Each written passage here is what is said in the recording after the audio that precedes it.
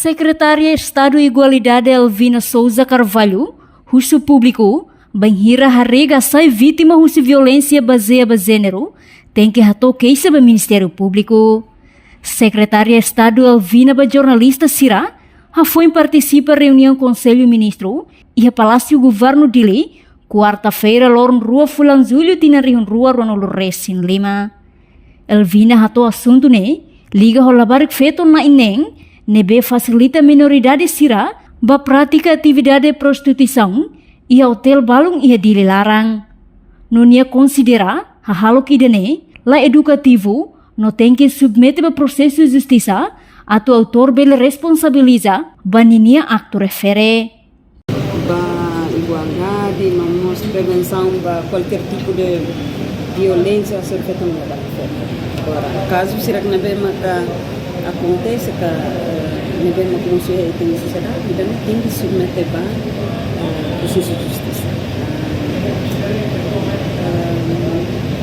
O esforço na parte de prevenir violência baseada em gênero, também não pode ser recata.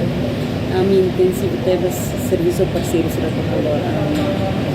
socialização, a saída de conhecimento, consciência, serviço lá no parte a recomenda para a comunidade, para o público, quando ia buscar e a violência baseada em gênero, o que acontece, tem que relata com que a participação do Ministério Público até ser reproduzida pela recanamento do processo.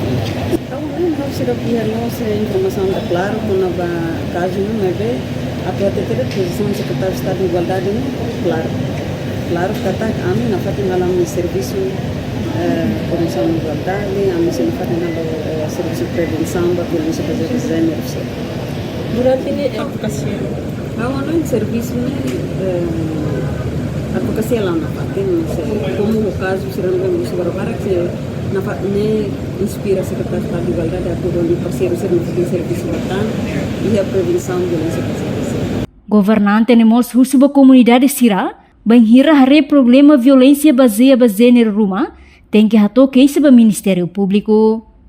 Portanto, Secretaria de Estado e Igualdade continua a serviço promoção da igualdade, não mos prevenção de qualquer tipo de violência, a soro feto no labarik feto. Reportagem Beatriz Belo, Televisão Timor Post. Janela informação ba emogoto.